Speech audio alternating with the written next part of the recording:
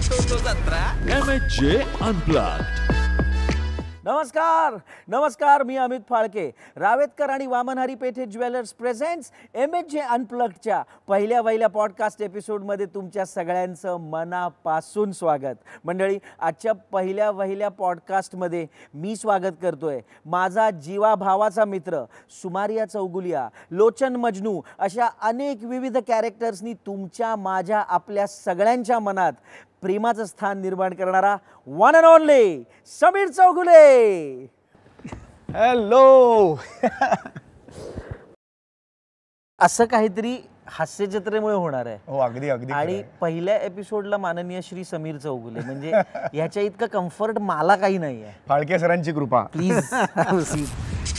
8 वर्षापूर्वी सोनी मराठीला सुरुवात झाली.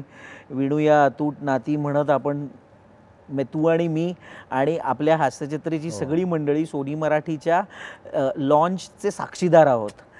सोनी मराठीचं अनावरण. येस. आणि आयुष्यातलं पहिलं सूत्रसंचालन समीर चौगुले यांचं सोनी मराठी वाहिनीवर. मी कधीच विसरणार नाही. ते करता करता आज 2025 साली 1000 एपिसोडच्या जवळ हास्यजत्रा येऊन पोचली आहे. ह्या सगळ्या टीमला असं वाटलंय की एक असा कार्यक्रम घेऊया की मला नाव खूप आवडलं त्याचं, अनप्लग्ड. मला आवडलं ते. नाईस. म्हणजे ह्याच्यातून ना थोडंसं असं फार कॅज्युअल छान गप्पांचा एक फील येतो त्याच्यातून. ते आपले एक मित्र मला कायम सांगायचे ना, कुठलं बटन दाबलं की कुठला दिवा लागतो ते माहिती असलं पाहिजे. वा. पिन इकडे टाकले की चौगुल्यांच्या घरी. चौगुल्यांच्या घरापासूनच सुरुवात करूया ना. हा, तू म्हणशील तिथून. आपल्याला काय आज काय सूत्र तुझ्याकडे आहेत. तू 8 वर्ष आम्हाला सांभाळून घेतलेस, ही पुढची 15 मिनिटं मी घेईन. येस. मजा येते. खूप छान मजा येते. आणि अगदी खरं सांगू, आपल्या घराच्या अंगणात आहोत रे आपण. आज मी आम्ही पॉडकास्ट देतो बाहेर, पण आज काहीतरी वेगळं फिलिंग आहे. कारण हे हास्य जत्रेच्या कुटुंबातलं पॉडकास्ट आहे. त्यामुळे मला असं वाटतं की मला वेगळं काहीतरी वाटतं. तू उगीच असे कपडे बिपडे दिलेस, मस्त खाली गादी बिडदीवर बसून आपण छान गप्पा मारल्या असताना कशा घरी मारतो तशा मारल्या असतात, तर असं मला वाटलं होतं. मला असं वाटलं घरी आपण जे करतो निदान तेवढी तरी प्रिव्हसी आपण ठेवूया. कारण आता सगळ्यांना सगळं इतकं माहिती आहे तुझ्या की निदान अगदी चौगुले चड्डीवर बसलेत गादीवर गप्पा मारत असं नको. Of course. You looking smart, dapper, handsome, just the way you are. मग घरापासून सुरुवात करूया. लहानपणीचा समीर कसा होता? मला आता एवढं आठवत नाही, पण आई सांगायची की खूप असा खटपट्या होता. खोडकर नसावा. मी आणि माझ्या 2 बहिणी होत्या, आत्ते बहिणी, गीता आणि रीता. त्या जुळ्या आहेत. तर आम्ही तिघं एकत्र अनेक वर्ष असायचो. कारण मी एकुलता एक. मला सख्खी बहीण नाही, भाऊ पण नाही. त्यामुळे त्या मला खूप क्लोज होत्या, अजूनही आहेत. तर लहानपणी आम्ही तिघांचंच आयुष्य असायचं. आणि खूप लक्ष स्पोर्ट्समध्ये असायचं माझं. मला ते लंगडी आणि कबड्डी असे गेम्समध्ये मी खूप पुढे होतो शाळेत असताना. 1-2दाच नाटकात काम केलं होतं, पण त्याच्या पुढे काही झालं नाही. कारण कसं काही टीचरला वाटले नाहीत की होप्स काही करू शकेल स्पोर्ट्समध्ये. म्हणजे तिला असं वाटलं नाही वाटलं. कारण 1-2दा माझं एक नाटक अजून आठवतंय, मी विसरलो होतो लिटरली.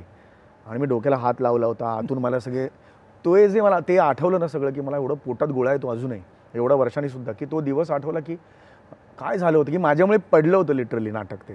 कारण ब्लँक झालं होतं, मी घाबरलो होतो जाऊन. त्यानंतर मी धसका घेतला नाटकाचा. मग बाई पण म्हणाला का काळजी करू नकोस, तू स्पोर्ट्समध्ये जा, तू स्पोर्ट्स खूप उत्तम करू शकशील. म्हणून मग मी स्पोर्ट्समध्ये गेलो. मग स्पोर्ट्सची आवड निर्माण झाली मला खूपच. कबड्डी खो खो जोरात? मी कॅप्टन होतो.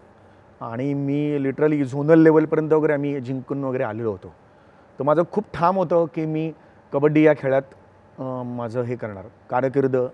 पण त्या काळी ना, अरे कबड्डीत असं कारकीर्द होण्यासारख्या संधी नव्हत्या. आता जसं आहे की आता मोठमोठ्या हे निघाल्यात, आता ते बघितल्यानंतर वेगळ्या लेवलचं. मला ते गेम खूप आवडायचे. किंवा मी ॲथलीट पण होतो, रनिंग करायचो. यात सुद्धा मी 100 मीटर 200 मीटर हे खेळलेलं आहे. रिले म्हणतात ना काय, तो मी गेलेलो आहे. सो अशा अनेक स्पोर्ट्समध्ये मी असायचो. सो कुठेतरी स्पोर्ट्समध्ये करिअर करायचं होतं. आणि बालपण संपूर्णपणे विरार दहिसर माझं पूर्ण दहिसरला चाळीत एका इथे त्रिमूर्ती स्टुडिओमध्ये आपलं त्याच्या एक्झॅक्टली समोर जी चाळ आहे तिथे मी माझं बालपण गेलं. म्हणजे रस्त्यावर क्रिकेट खेळणं, त्याच्यानंतर बाजूला मंदिर होतं, तिकडे जाऊन मग अभ्यास करणं मंदिराच्या त्या वरांड्यात वगैरे, अशा अनेक आठवणी या दहिसरमध्ये. शाळा पण दहिसरमधली माझी, शैलेंद्र एज्युकेशन सोसायटी. त्यामुळे दहिसरमध्येच मी शेवटी फिरून परत दहिसरमध्ये झालो. मग एक फिरस नालासोपारा, मग विरार आणि आता पुन्हा दहिसर. पुन्हा दहिसर. एक एव्ही बघूया.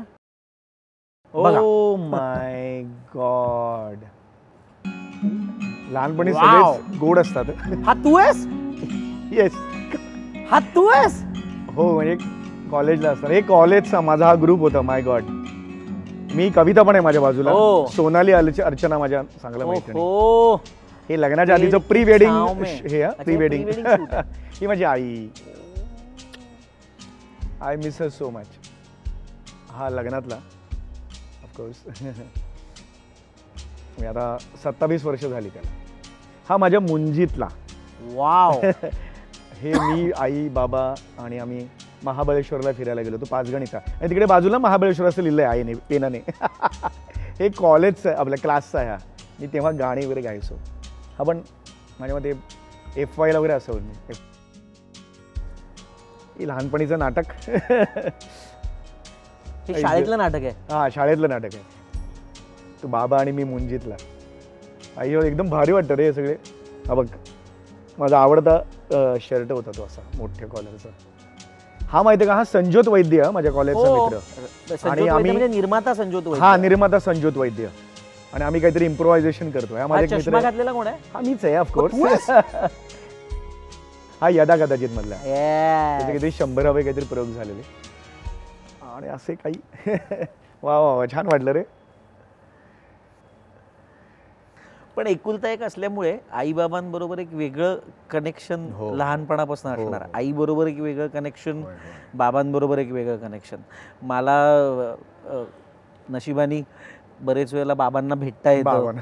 ज्या पद्धतीने वेगवेगळे विषय तुला सुचतात, त्याला कुठेतरी ते असं म्हणतो ना आपण की जेनेटिकली कुठेतरी काहीतरी असेल. मला असं सारखं वाटतं बाबांकडनं ते ह्युमर बहुतेक तुझ्याकडे आलेलं आहे. खरं तर ना, आईकडून ते जास्त आलंय. आई माझी नाटकात काम करायची. म्हणजे मी पोटात असताना सुद्धा आईने एका नाटकात गावाला, आपल्याला कशी परंपरा आहे ना कोकणात की पहाटेपर्यंत नाटकं चालतात. मदनाची मंजिरी घ्या किंवा की पहाटेपर्यंत चालतायत नाटकं. आणि अशी अजूनही काही गावात परंपरा आहे कोकणातली. तर ती लाजूळ या गावातली, रत्नागिरी जवळच्या, जिथे करबुडे नावाचा एक मोठा बोगदा गेलाय ना कोकण रेल्वेचा, ते करबुडे गाव आईचं लाजूळ. तर तिथे बाबा आणि आई दोघेही नाटकात काम करायचे. तर त्यामुळे कदाचित असं जेनेटिकली असेल की ती आवड निर्माण झाली असेल. पण बाबा माझे गमतीदार आहेत. ते गमतीत त्यांच्या हातून अशा काही गमती घडून जातात की ते फार हसवतात. म्हणजे घरी असताना सुद्धा ते एकदा इन्व्हर्टर असतो ना आपला, म्हणजे लाईट गेल्यावर नालासोपरा इन्व्हर्टर होता, तर तो एकदा फोन करत होते, त्यात पाणी टाकायला लागतं, डिस्टिल वॉटर असतं ते टाकावं लागतं. तर एकदा त्याला फोन करून सांगत होते, हॅलो, अरे वो कितना वो इंटरवल में पानी नहीं डाला तुम. म्हटलं बाबा इंटरवल नाही, म्हटलं इन्व्हर्टर. ते असे इंटरवल में पानी नाही डाला, ते असे बोलतात. त्यांना काही नसतं असं. अरे परवा तुला खरं सांगू, आमचा गुलकंद आला ना, गुलकंद, त्यावेळेला ते खाली आमच्याकडे गुजरात येत 2-3, त्यांना सांगत होते, मेरे बेटे का पिक्चर आ रहा है रसगुल्ला. नाही, त्यांना म्हटलं अहो बाबा रसगुल्ला नाही, ओय गुलाबजाम. अहो म्हटलं गुलाबजाम, पण त्यांना फक्त ते गोड माहिती आहे, गोड वस्तू आहे, खायची वस्तू आहे, याच्यावर त्यांनी मुलाचा पिक्चर आलाय. त्यांना ना ॲक्शन फिल्म्स खूप आवडतात, साऊथच्या किंवा मारामारीच्या, ज्याच्यात फार दुःखी नसतात. हिरो येतो, विलनचा बदला घेतो, ह्या कॅटेगरीतले पिक्चर त्यांना खूप आवडतात. एकदा बॉबी देओलचा पिक्चर बघत होते आणि त्या बॉबी देओलच्या पिक्चरमध्ये तो इन्स्पेक्टर होता आणि बोलता बोलता त्यांचं केबल टीव्हीच्या रिमोटवर हात पडला आणि चॅनल चेंज झालं. तर दुसऱ्या चॅनलला पण बॉबी देओलच होता. तर ह्यांनी तोच पिक्चर आधीचा म्हणून तो पूर्ण बघितला आणि नंतर हल्ली पिक्चर मजा नसते.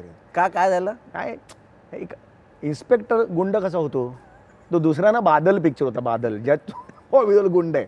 आणि आमच्या काळी पिक्चर होते ना, त्याला भाभी की चुडिया, त्याच्यानंतर किलो ना जान कर तुमको, त्याला स्टोरी असायची. हे काय, ह्याच्या एक हिरोईन वेगळी कधी करतात.